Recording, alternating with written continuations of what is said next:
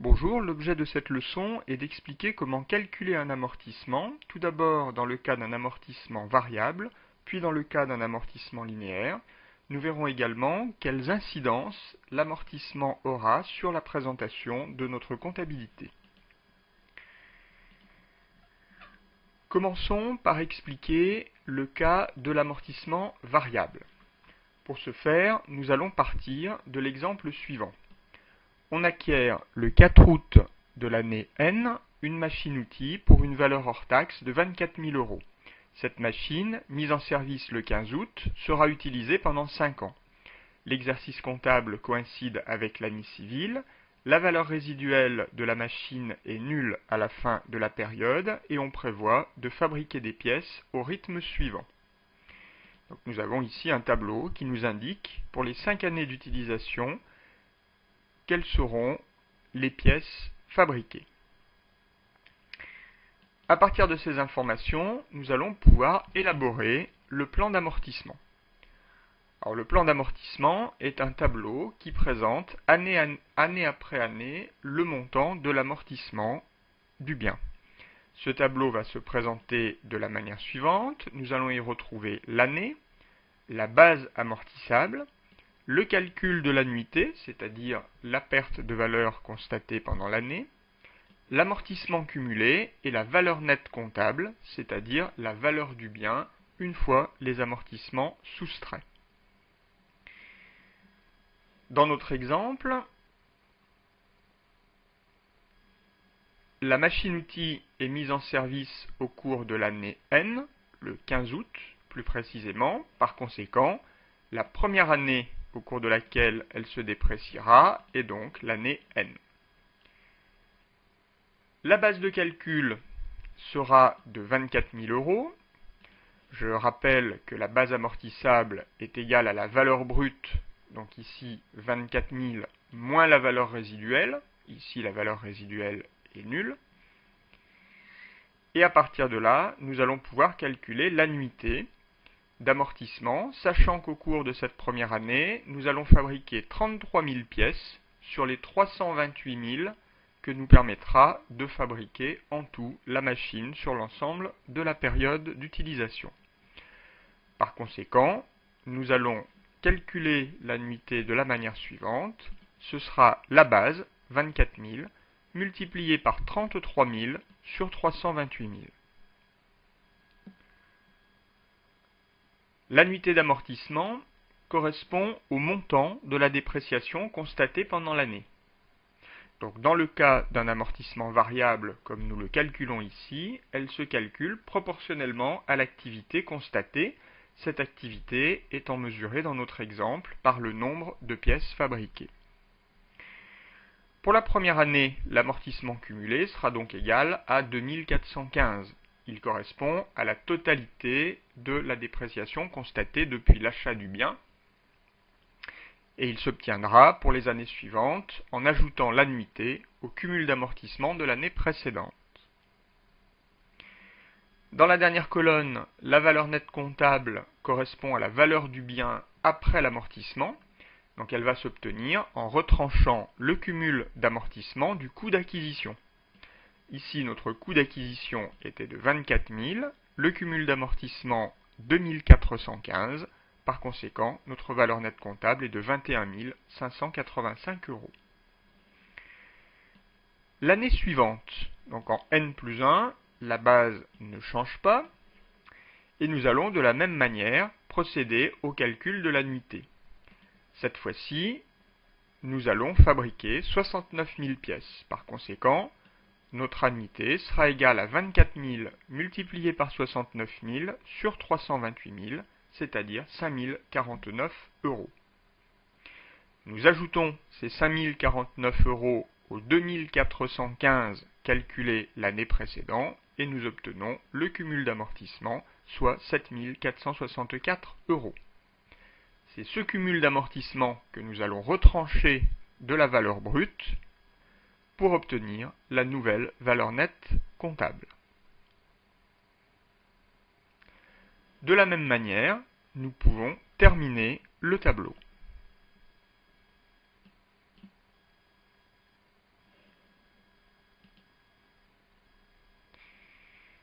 Nous pouvons constater, une fois ce tableau réalisé, que la somme des annuités est égale ici à 24 000, c'est-à-dire au montant de la base amortissable. Nous constaterons également que la valeur nette comptable est égale à la valeur résiduelle. Ici, elle est nulle. Nous retiendrons également que le calcul d'un amortissement variable s'effectue à partir de données prévisionnelles de production. Le plan d'amortissement n'aura pas besoin d'être ajusté en fonction des productions réelles constatées annuellement, sauf s'il existe un changement significatif dans les conditions d'exploitation de l'immobilisation. Voyons maintenant le cas d'un amortissement linéaire ou amortissement constant. Ce type d'amortissement suppose que le bien se déprécie de manière constante tout au long de sa durée d'utilisation. Pour ce faire, nous allons repartir du même exemple que l'exemple précédent. Pour pouvoir calculer cet amortissement linéaire, nous avons besoin de calculer au préalable un taux d'amortissement linéaire. Ce taux d'amortissement correspond à la dépréciation du bien en pourcentage sur une année complète d'utilisation. Il s'obtient donc en divisant 100% par la durée prévue d'utilisation. Ici, nous pensons utiliser notre machine pendant 5 ans, donc 100 divisé par 5 nous donne un taux d'amortissement de 20%.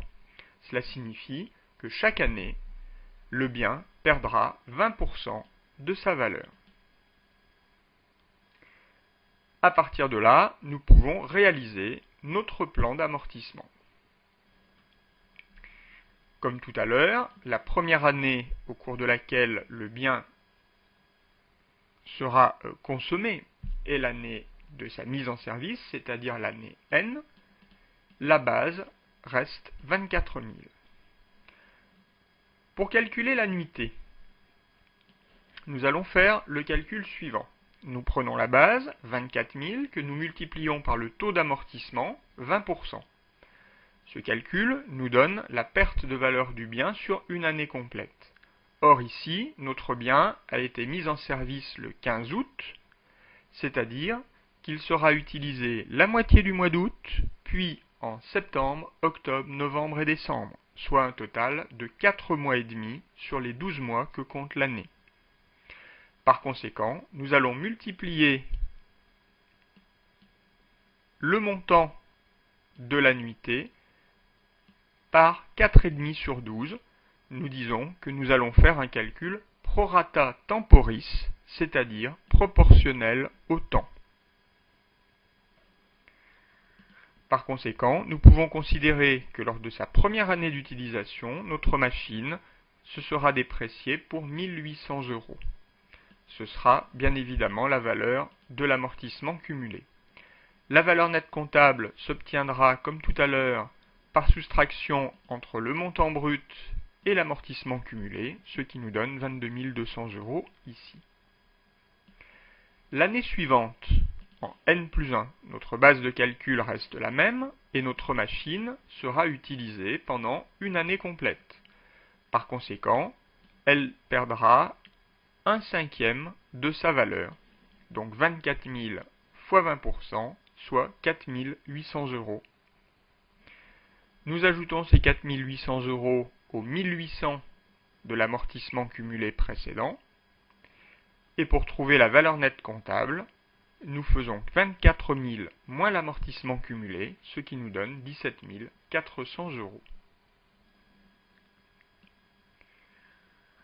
Bien. Le calcul sera identique pour les années suivantes, puisque pendant les 3 années N+2, N+3, N+4, nous allons utiliser notre machine pendant une année complète. Donc chaque année, l'annuité d'amortissement s'élèvera à 4 800 €. À la fin de l'année N+4, nous aurons utilisé notre machine pendant 4 années complètes et 4 mois et demi. Par conséquent, pour arriver aux 5 années d'utilisation, nous allons en quelque sorte déborder sur l'année N plus 5, année au cours de laquelle nous allons calculer un amortissement sur les 7 mois et demi qui nous manquaient au départ. Par conséquent, notre amortissement sera le suivant, 24 000 fois 20% fois 7,5 sur 12, soit 3 000 euros. Alors vous constaterez que l'addition de la première et de la dernière annuité d'amortissement donne une annuité complète. L'amortissement cumulé va atteindre évidemment 24 000. Quant à la valeur nette comptable, elle sera égale à la valeur résiduelle, c'est-à-dire 0 dans notre exemple. Comme dans le cas de l'amortissement variable, le total des annuités doit donner le montant de la base amortissable. Par conséquent, nous retiendrons qu'en cas d'acquisition en cours d'année, le tableau aura toujours une ligne de plus que le nombre d'années de durée de vie. Ici, notre machine est utilisée pendant 5 ans et nous avons 6 lignes dans notre tableau d'amortissement. Nous retiendrons également que le calcul d'un amortissement linéaire s'effectue toujours à partir du jour de la mise en service du bien.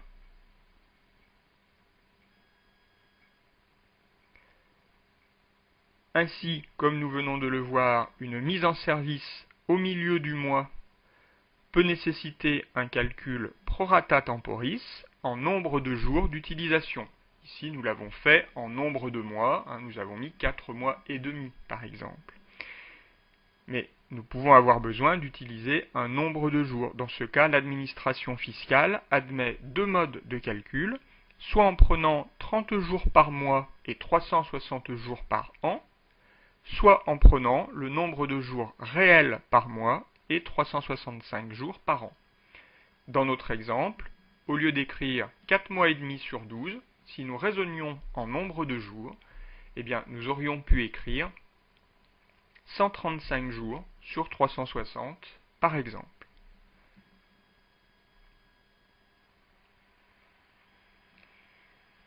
Nos annuités d'amortissement étant calculées, voyons à présent comment les enregistrer en comptabilité. Nous allons, pour le faire, repartir, toujours du même exemple, en supposant que notre machine-outil a été amortie linéairement. À titre de rappel, commençons par enregistrer l'écriture qui aura constaté l'acquisition de la machine le 4 août de l'année N.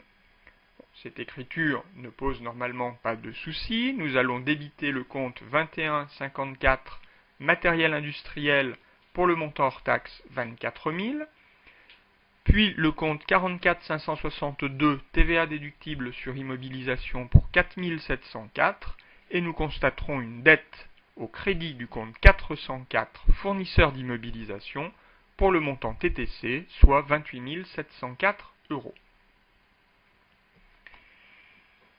Venons-en maintenant à l'écriture enregistrant l'annuité d'amortissement. L'enregistrement de l'amortissement fait partie des écritures d'inventaire. À ce titre, il s'enregistrera en fin d'exercice comptable.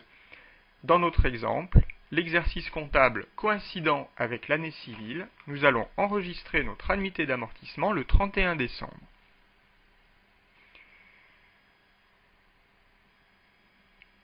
Comment allons-nous l'enregistrer ?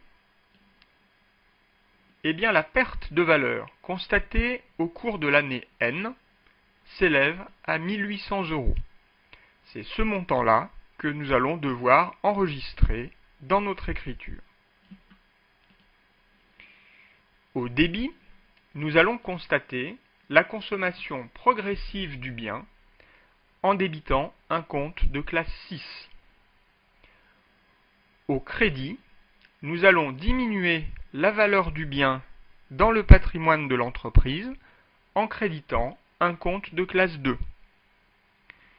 Ce compte s'obtient à partir du compte qui a été débité lors de l'acquisition en lui ajoutant un 8 en deuxième position. Dans notre exemple, nous avions utilisé le compte 2154 lors de l'acquisition, nous obtenons donc le compte 2854.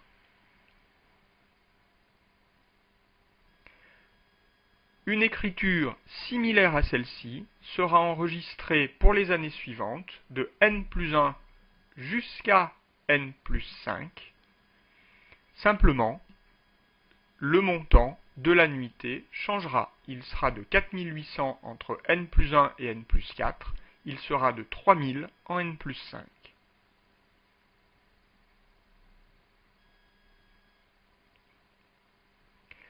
Voyons maintenant quelles sont les influences de l'amortissement sur la comptabilité. La perte de valeur correspondant à l'amortissement a pour effet de diminuer la valeur de l'immobilisation à l'actif du bilan. Elle se concrétise aussi dans le compte de résultat par une perte d'exploitation qui traduit la consommation du bien pendant l'exercice comptable. Commençons donc par observer l'influence de l'amortissement sur la présentation du bilan. Rappelons que l'actif du bilan est toujours présenté avec trois colonnes.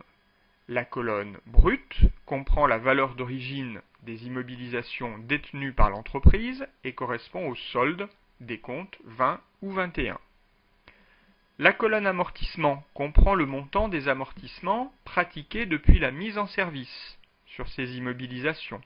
Il s'agit de l'amortissement cumulé, représenté par le solde du compte 28. Enfin, la troisième colonne, net, représente la valeur nette comptable des immobilisations, c'est-à-dire leur valeur en tenant compte des amortissements. Appliquons ceci à notre exemple. Si nous reprenons les deux comptes de classe 2 que nous avons utilisés, le compte 2154 matériel industriel a été utilisé au moment de l'acquisition de la machine-outil et il a été alors débité de 24 000 €. Par conséquent, son solde est débiteur de 24 000 € au 31 décembre N. Le compte 28154 aura quant à lui été utilisé lors de l'enregistrement de l'annuité d'amortissement. À cette date, le 31 décembre, nous l'avons crédité pour 1800 €. Par conséquent, au 31 décembre N, il présente un créditeur de 1800 €. Comment ces soldes vont-ils apparaître dans l'actif du bilan au 31 décembre N? Eh bien, le montant brut, nous l'avons dit, correspond à la valeur d'acquisition du bien, c'est-à-dire au solde du compte 21. Ici, 24 000 €. L'amortissement est l'amortissement cumulé et correspond donc au solde du compte 28. Quant au montant net, eh bien, il est égal à la valeur nette comptable que nous avions calculée dans notre plan d'amortissement, 22 200, et que nous retrouvons ici en faisant une soustraction brute moins amortissement. Raisonnons de la même manière en nous plaçant cette fois-ci le 31 décembre N+1. À cette date-là, nos deux comptes de classe 2 auront l'allure suivante. Le compte 2154 matériel industriel n'a pas bougé, puisque ce compte n'a pas été réutilisé depuis l'acquisition. Le compte 28154 aura en plus été utilisé le 31 décembre N+1 pour enregistrer l'annuité d'amortissement de l'année N+1. Par conséquent, son solde devient créditeur pour 6600. Si nous reportons ces montants dans notre bilan, nous allons obtenir 24 000 en brut, 6600 dans la colonne amortissement et la valeur nette comptable 17 400. Nous retiendrons donc que la colonne brute fait apparaître le solde du compte 20 ou 21, c'est-à-dire la valeur d'origine du bien, et que la colonne amortissement fait apparaître le solde du compte 28, c'est-à-dire le cumul des amortissements depuis l'achat, puisque les comptes de bilan ne sont pas remis à zéro en début d'année. La colonne nette peut s'obtenir par soustraction des deux premières colonnes. Voyons maintenant quelle sera l'influence des amortissements sur la présentation du compte de résultat. Le compte de résultat est remis à zéro au début de chaque année. Par conséquent, il va faire apparaître les annuités d'amortissement, c'est-à-dire la perte de valeur de l'exercice comptable uniquement. Il s'agit en fait du montant qui a été enregistré dans le compte 681 dans l'écriture comptable constatant l'annuité. Donc pour l'année N, le compte de résultat fera apparaître une valeur de 1800 €.